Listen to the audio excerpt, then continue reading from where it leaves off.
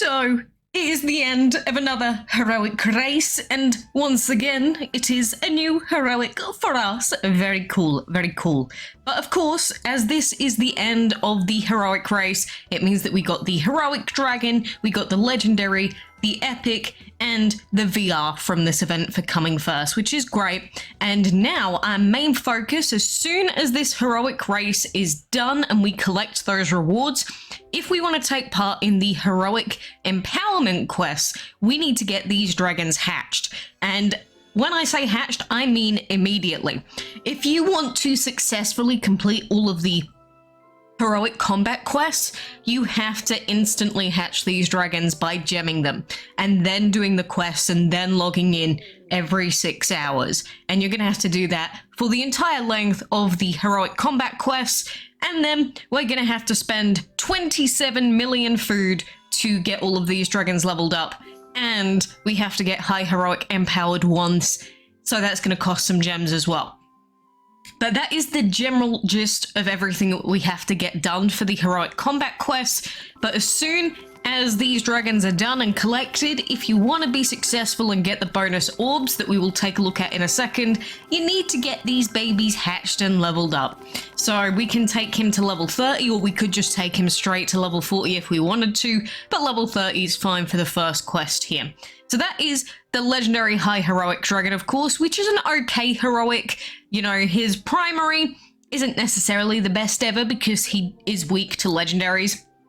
But, you know, if you do need him for any reason, like maybe his elements just work for your team, then you can definitely still use him. Like, I use High Famine, and even though they're also weak to legendary element dragons, High Famine's still been really good for me. But there is the second dragon that we need to get hatched in the form of Super Cedar. And again, Super Cedar will also have to be leveling up, but instead of taking the legendary and the epic to level 45, we don't need to take them to 45. We only need to take the other two dragons to level 40 in order to finish both of the heroic combat quests, which is very nice. But still, it's nearly 30 million food to get these two heroic combat quests done, which I'm actually spending more on the Women's Day quests. But at the same time, I already have a native dragon hatched, so we don't have to level him up quite as much. So not quite as much food will be wasted in that sense. So there is our existing native dragon that we can just level up and then get these heroic combat quests done. But, you know, it was a very, very easy heroic race for me. I'm not sure about you, but, you know, everyone seemed very, very inactive for these first, this first heroic race post permanent speed up happy hour being removed, which doesn't surprise me. I think a lot of people just gave up, to be honest.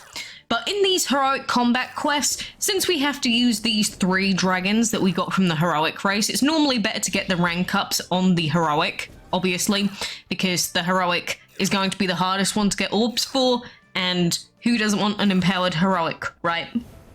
That's the whole point of doing these heroic combat quests, to get orbs for the heroic, because there are tons of orbs available to get for this dragon, enough to take them to empowerment level 2 if you manage to finish off both of the heroic quests fully.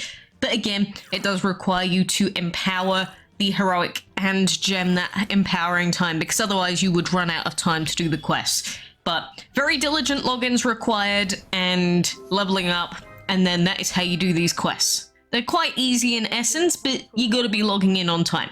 And then 6-hour resets, and we can't do any more unless we level up more.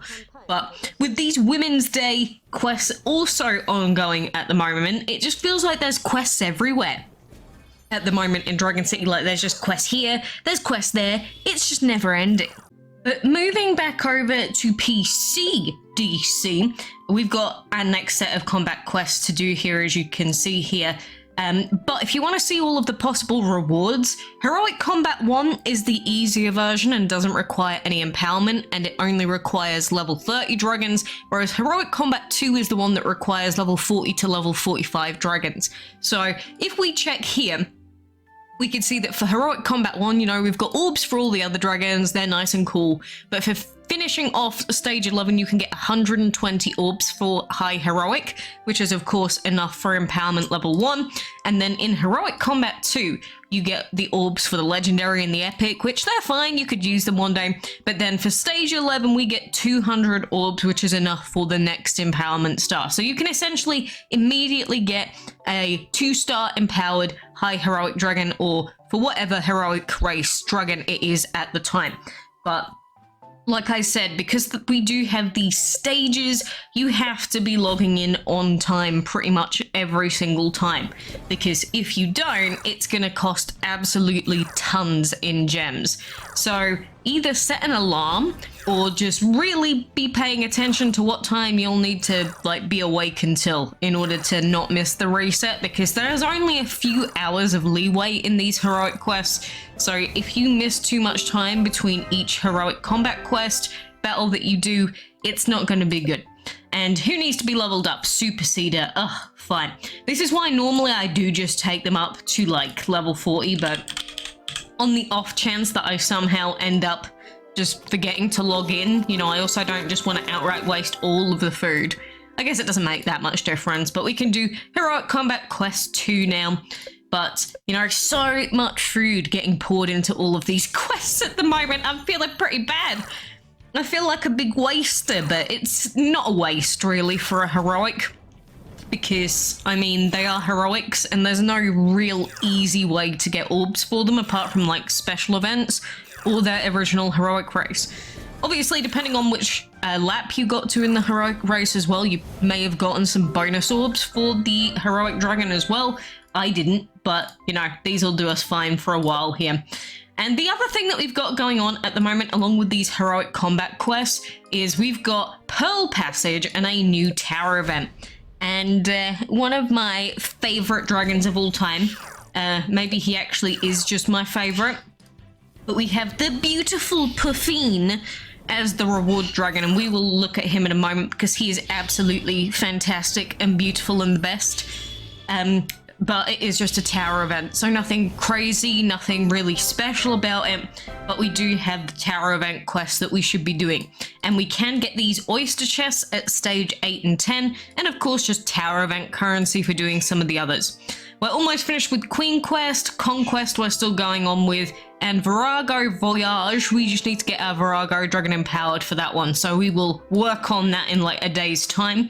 But moving on to the new event, it is this beautiful, very oceany looking tower event. It's quite pretty, I will say. But in this Pearl Tower event, we have the beautiful Puffin. Oh, he's so cute. I love him. Oh, look at him and his little birdie follower as well. Oh, he's wonderful.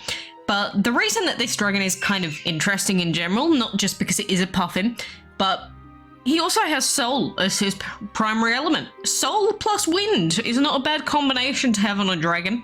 Although some of the better dragons in the game, like say the perception dragons and sinful and that, they do have wind element. But apart from that, there aren't actually that many with this sort of combination of elements. So I am very happy to be going for Puffin. And I did have a couple of people asking for a guide for this event, but you really don't need one.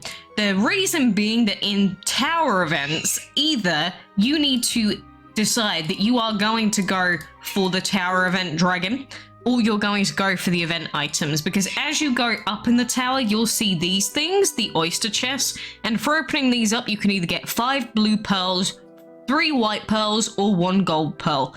And if you are really dead set on the collection, of course, you might want to go for these chests, but it's not like there's any secret hidden formula to working out which is the cheapest path, really. I mean, if you just want to go for Puffin, then you're just going to be going for the catapults, do you know what I mean? And if you're going to be going for the event items, then obviously you're just going to go over to the event item. And that's basically, you can't have both. You can't go for dragon pieces and event items, or you can't go for dragon pieces and the tower dragon, and you can't go for event items and the tower dragon. You have to pick one specific thing that you're going to focus on, because if you don't, you will run out of currency. And because this event is inherently incredibly RNG to begin with, because your actual movement in this event comes down to the random pulls that you get, there's really nothing else more to it, you know? It's just gonna be just do this booster spin, stop the booster spin, and go the way that you need to go. That's it.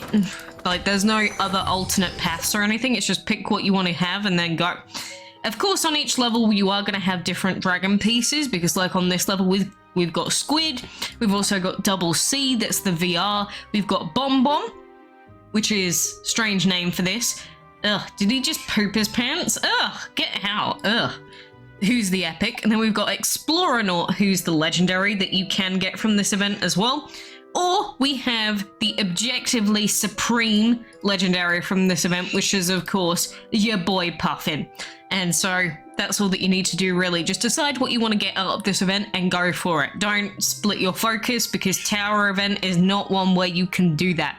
You might be able to do that in like other events, but definitely you cannot do it in Tower events. Not reliably, because if you get bad luck later on, well, then you're going to be screwed, basically. That is it. It is that simple. So the other thing that we've got going on with all of this other stuff is, of course, we finished off the Alliance chest, which we only got to 5 because Speed Up Happy Hour is gone, and we're not a super tryhard. So it's a shame that probably Blood Mage isn't going to get maxed out, because that would have been nice to just have a maxed out Blood Mage, but this is fine. We've got 4 alliances now. So we've got Quackalax Flock, Quackalax 2, 3, and 4 active now. Maybe we'll need a 5th one soon. But, you know, we'll keep logging in and doing the Alliance chest. We've got another one in a day, of course. But we've also got a new set of ads. And in these new sets of ads, we have more of these chests that give us orbs for, this time, Conquest. Because like yesterday, we got orbs for Queen and Neo Izumi. Today we've got some orbs for Conquest, so if you do just want to get on and do the Conquest basic quest, so maybe not to the empowerment level at the end, but if you just want to get the Conquest quest done, well, you can. You can.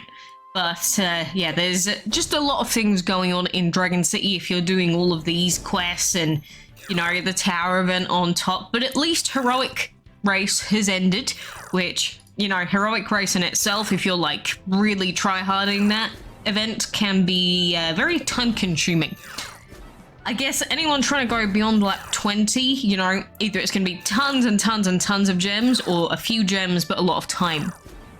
But, you know, we only had to go to lap 14 this time, which the reason I'm not going to go to 15 in a Heroic Race like that instance is because I don't need to.